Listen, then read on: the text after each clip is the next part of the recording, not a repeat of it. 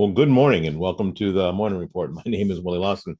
Now, the question of the day is, do we still have an alliance or is this just an arrangement? Because for decades, Americans were told that NATO was ironclad. An attack on one of us is an attack on all. Shared values, shared defense, shared purpose. It sounded permanent, reliable, and settled. But moments like this force a different question. And one that's harder, but far more honest. Do we still have an alliance? Or do we just have an arrangement? Because when the United States begins a major operation and suddenly runs into resistance from countries inside that alliance, restrictions on airspace, hesitation on base access, reluctance to participate, that's not just a disagreement. That seems to be a signal. And this tells us something important. NATO may not be what many Americans think it is. Because at its core, the North Atlantic Treaty Organization was designed as a defensive pact. That mattered more than people realize. NATO wasn't created as a standing military partner for every operation the United States might undertake, around the world. It was built to ensure that if one member nation were attacked, the others would respond. That's Article 5. That's the foundation. But what we're seeing now is the collision between two very different interpretations of what NATO is supposed to be. The US has long treated NATO as a force multiplier, a way to extend its reach, share burdens, and act with allies across multiple theaters. So, in that framework, cooperation is expected. Access is assumed, and alignment is the norm. But many NATO countries see it differently. To them, NATO is insurance, a shield, a guarantee of protection if they are attacked, but not necessarily a commitment to join every US led operation. And that's a difference in perspective.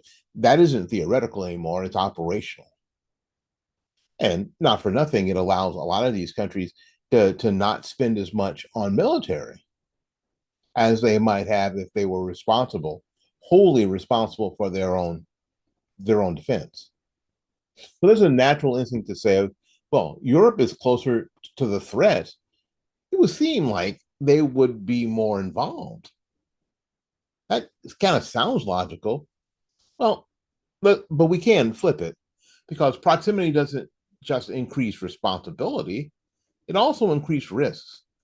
From a European perspective, being closer to a conflict with Iran in particular also means being more vulnerable to retaliation, missile strikes, terror attacks, economic disruption, energy instability. So what might look like hesitation from Washington can look like caution from Berlin or Madrid or Paris. Not necessarily weakness, not necessarily indifference, risk management. And that changes people's behavior. Okay. But again, from the American side, the view looks very, very different. The United States provides an overwhelming share of NATO's military capability, not just in terms of spending, but in terms of what actually makes modern military operations possible. Air dominance, intelligence, logistics, strategic lift, missile defense, nuclear deterrence. And these aren't marginal contribution, they're the backbone. Without them, NATO's ability to protect power quickly and decisively drops off significantly to nearly nothing, really.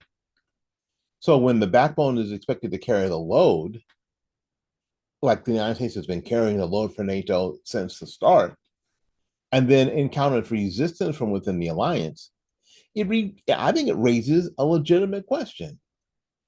What exactly are we guaranteeing in return? That's where the language from the Secretary of State, Marco Rubio, becomes extremely important. When a senior official, Secretary of State of the United States says that we're reevaluating our relationship with NATO, that's not some casual phrasing.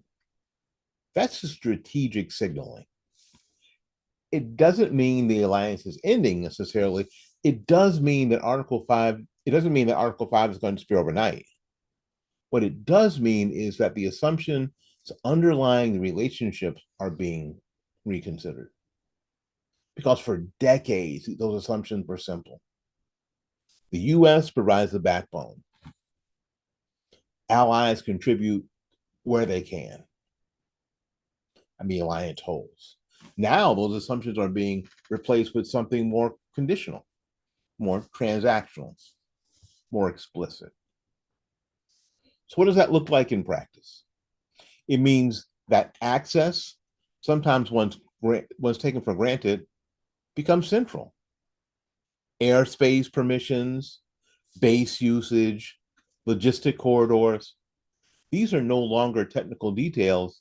They are measures of reliability. It also means that participation is no longer symbolic. It's not enough to be part of an alliance on paper. The question becomes, will you show up when it matters? And that question has real consequences. Because once you start asking it, the alliance begins to change, not necessarily collapse, but a definite shift. Instead of one unified block, you begin to see layers. You have a core group of countries that consistently align and cooperate. They're your homeboys. They're down with whatever, right? There's a second tier that only participates selectively. And then there's others that remain largely defensive in posture. Now, this doesn't mean that NATO is going to disappear, but it does mean that it becomes less uniform, less automatic, and more conditional. And that's where the conversation turns into something even larger. If the alliance isn't functioning as a unified operational force, does the US begin to rely on something else? Not necessarily a formal replacement, but maybe a parallel structure, similar coalitions, faster decision making, pre aligned partners, countries that don't just share membership, but they share commitment and they share values. These kind of coalitions already exist in practice. They form around specific missions, specific threats, and specific objectives. The difference now is that they may become the preferred model, not the exception. And if that happens consistently enough over time, those coalitions begin to look a lot less like temporary arrangements and more like something permanent, something new.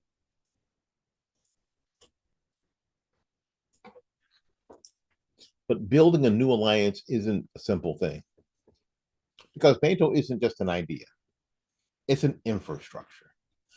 Decades of coordination, interoperability, relationships, command structures. You can't just replace it overnight. And politically, creating a new inner circle raises some difficult questions. Who's in? Who's out? What happens to those left behind? And these are not small issues, which is why the more likely path isn't sudden replacement, but a gradual evolution. NATO will remain, but it becomes one layer in a broader system. And that broader system doesn't stop at security, because what we're seeing isn't just tension within NATO, it's part of a larger pattern, one that includes global institutions across multiple domains.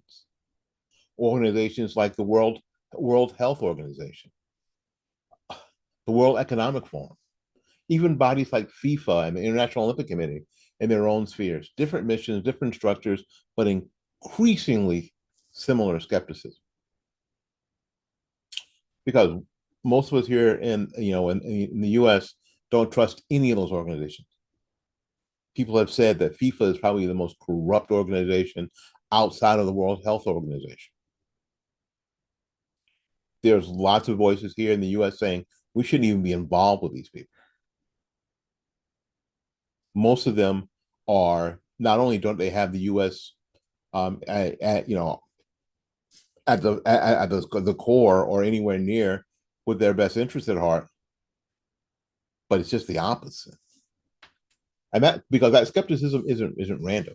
It comes from a growing perception that many institutions hold influence but lack clear accountability. Decisions are made at a global level, impacts that are felt locally, and the connection between the two isn't always clear. And that creates distance. And in today's environment, distance erodes trust. Layer on top of that the role of the US dollar, because with these organizations differ in purpose, many operate within the same financial system. Global trade is largely conducted in dollars, at least for the time being. Reserves are held in dollars, at least for the time being. And contracts are written within dollars, at least for the time being. Even when these institutions are not directly controlled by the US, they function within a system that the US anchors. That creates another layer of tension. Countries participate because the system works, but if they question it, because who sits at the center of it? So now we're looking at three interconnected realities: military power, anchored by the US through alliances like NATO; institutional power, expressed through global organizations; and again, financial power driven by the dominance of the US dollar. And all three are being questioned at the same time. Not necessarily rejected, but tested. And that testing doesn't mean a system collapses. It means the system changes. Relationships become more conditional. Participation becomes more selective. Truth becomes something that has to be earned, or trust, has to be something to be earned and not assumed. And that brings us back to the wild card of all of this: President Donald J. Trump. Because Trump doesn't think about NATO as a permanent institution. He looks at it like a deal. We do this, we do this for you, you do this for us. If the deal works, he supports it. If the deal doesn't, he changes it, or at least threatens to. And that alone alters the equation. Because once allies begin to consider the possibility that the US support is not automatic, that it may be tied to performance or reciprocity to alignment, the entire dynamic shifts. Uncertainty will enter the system, and uncertainty forces decisions. So where does that leave us? Not at the end of NATO, not at the collapse of global institutions, but at a point of transition. From automatic alliances to conditional partnerships, from assumed unity to negotiated cooperation, from institutional trust to performance-based credibility. And that may be the most important shift of all, because for decades, the world operated on a set of assumptions: that alliances would hold, that institutions would lead, and that systems would function. Now those assumptions are being tested. And in that testing, something new is emerging. Not necessarily a replacement, but a recalibration. So the question isn't whether NATO will survive. It probably will. The question is what it becomes. Because an alliance based on shared assumptions is one thing, but an alliance based on conditions, on performance, on reciprocity, on demonstrated reliability is something else entirely. And if that's where we're headed, then the conversation changes from are we allies, or to are we aligned when it matters. And in today's world, that may be the only question that really counts. My name is Willie Lawson. This has been the Morning Report. Thank you ever so much for coming by. Until we see you again, go out there and learn something, love somebody. And for goodness sakes, y'all take care of yourself. Share, like, and subscribe. We will see you when we see you. Bye-bye now.